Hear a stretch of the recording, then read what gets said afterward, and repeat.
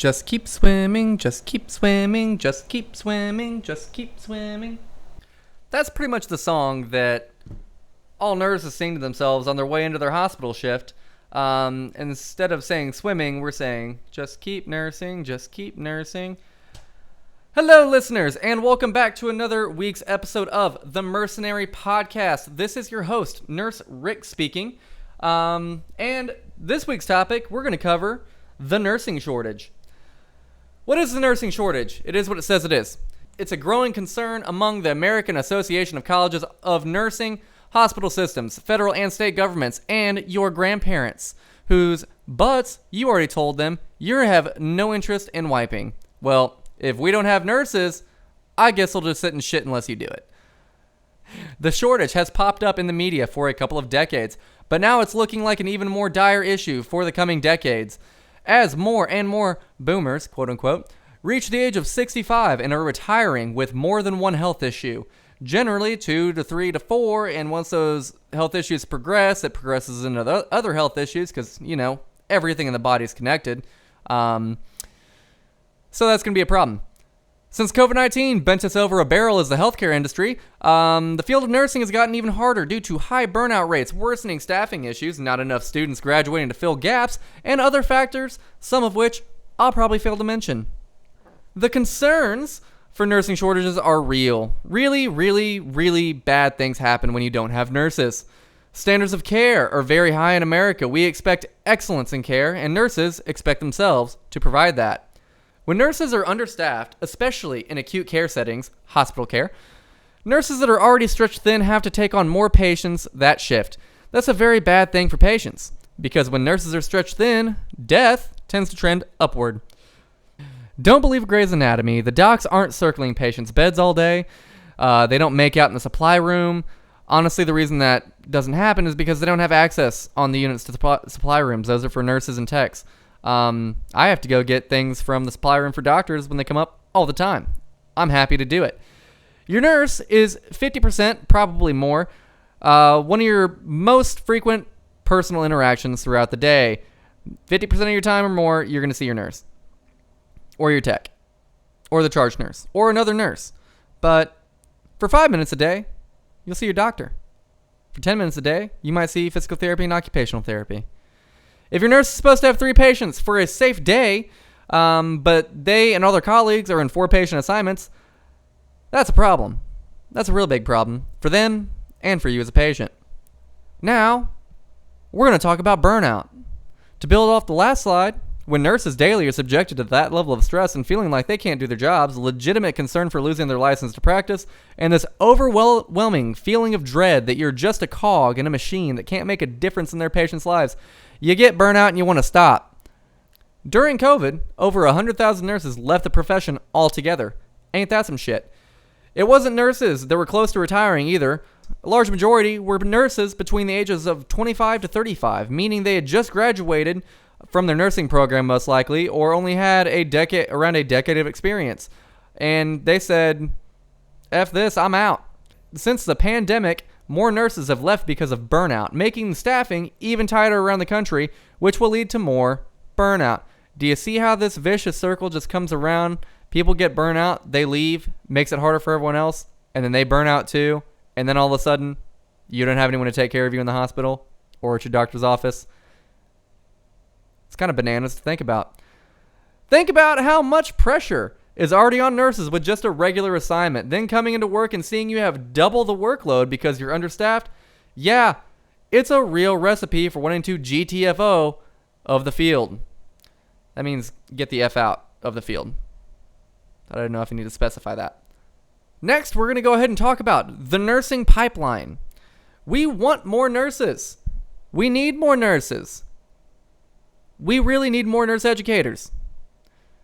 One of the problems with creating more qualified nurses is a lack of nursing facilities with degrees to do so.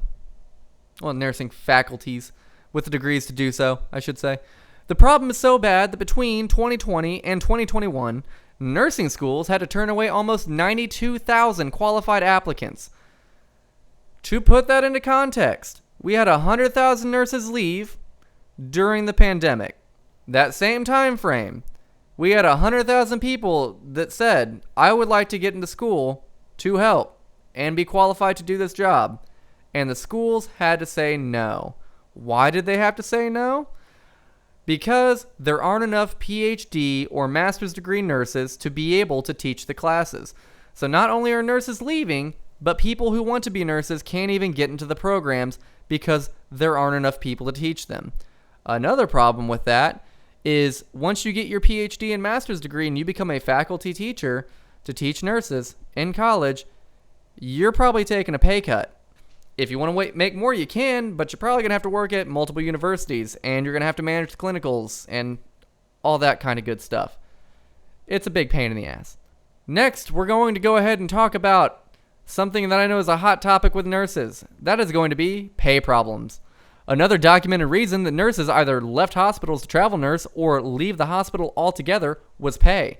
Pay incentives tend to be kind of jacked up, change all the time, and it really pisses off nurses that have been in the hospital for 10 years at the same hospital, and they learn that the new grad that just got out of college and can't even anchor a Foley by themselves yet just got hired on at the same pay rate that you make. Wouldn't that suck? Just to kind of paint a picture for you. If you're in trades, you're a boilermaker, a carpenter, a teamster, United Auto Worker, and you're a foreman, meaning you're in charge of a certain amount of guys underneath you in a certain area doing a job, and you help them with that job and you guide them. And you're talking to your guys one day, and you ask, hey, that's a really nice truck you got. That's like an $80,000 truck. How'd you just get that new Ford Raptor out there? That's really sick. I like it. And he goes, oh, I know I just started, but they hired me on at $45 an hour. And you, as a foreman, think, I've been here for 15 years doing this job. I make $45 an hour. And this kid can't even fucking swing a hammer. That's what it's like for nurses, too. It's very frustrating. We should probably stop doing that. Nurses are the personnel with the most face-to-face time with patients and are the ones that communicate with all the specialties to coordinate care and do admission and discharge needs, and tell providers if they put in the wrong medication, sent the wrong medication to the pharmacy, and talk with the pharmacy about compatibility of drugs, and hang the IV tubings, and label the IV tubings, and start the IVs, and do the blood draws in the morning that talk about whether the medication that we're giving is at safe levels, and talk with the lab about results, and talk with the provider about the lab results, and then we tell the providers about the labs and see if we need to make any changes, and then I'm droning now. There's a lot more than that than we do. Nurses are kind of jacks of all trades. We literally don't stop moving for 12 hours at a time. But now imagine you're supposed to do that for 3 patients. That's supposed to be your job. You're supposed to do all of that. I mean, you could take just one patient and do all that stuff for 12 hours for him, and that would be difficult. But you're supposed to do it for 3, for 12 hours. And then you come in to start your day at 7 in the morning or 6:30 in the morning, whenever your facility switches, shifts. And then you find out, instead of having 3 patients doing all of that, you have 5. Do you see where there's now like a pay problem? Because I'm doing double the work for the same pay, and it's much more dangerous and a jeopardy to me and my license if something goes wrong where I'm now responsible for all of these extra people. Because I could do that for 3 people. I've practiced that. I've gotten that down. Now I've got to do it for 5.